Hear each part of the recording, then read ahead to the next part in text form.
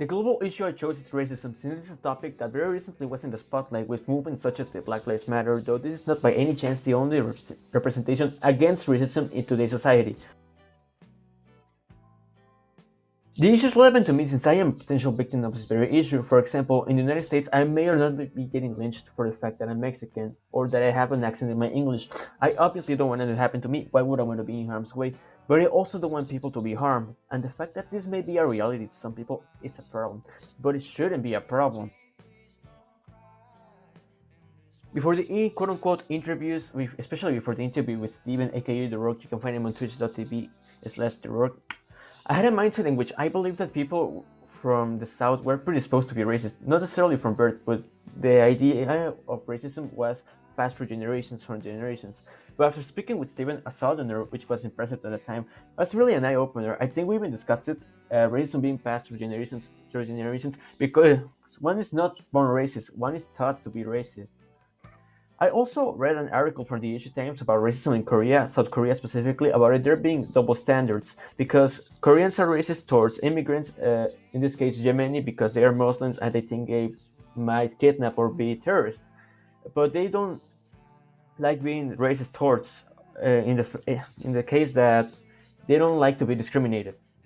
Racism is something that has been around for centuries. An article from Süddeutsche Zeitung, from a magazine of sorts from Germany, even knows that racism towards Jews has been around long before Hitler's rise to power in Nazi Germany. The author Ermi Keffe notes that Jews were being killed in the communities throughout Germany in the Middle Ages. As such, I don't think there have been many changes to my perspective. I noted earlier the dumb idea I had about Southerners, but more than anything, I think I have expanded upon my idea of racism. Racism is not a contemporary problem, it's always been a problem, but the problem lies that we have been so accustomed to it that we don't even notice it. Something we can relate to it is the paradox of emancipation. Talking the article from the Stuttgart Zeitung, in which if we don't hear any racist phrases, we will notice when one is said, and I think that can be applied the other way around. We become so accustomed to hearing these phrases that we cannot tell the difference between the ones that are or are not racist. My proposal is a campaign in which we create consciousness about the issue. How? We make an expose of sorts, if we can call it that way, in which we denote the possible racist behaviors one might encounter by whom and towards what communities are these behaviors the most common to. For one, obviously, it's to see a decrease in racist behavior. If that's too broad, we need to create a sense of empathy in our audience in order to make a lasting effect for it to be useful. That's on the long run. In short term, we need to tell the people what is happening, why does it happen, and who makes this possible.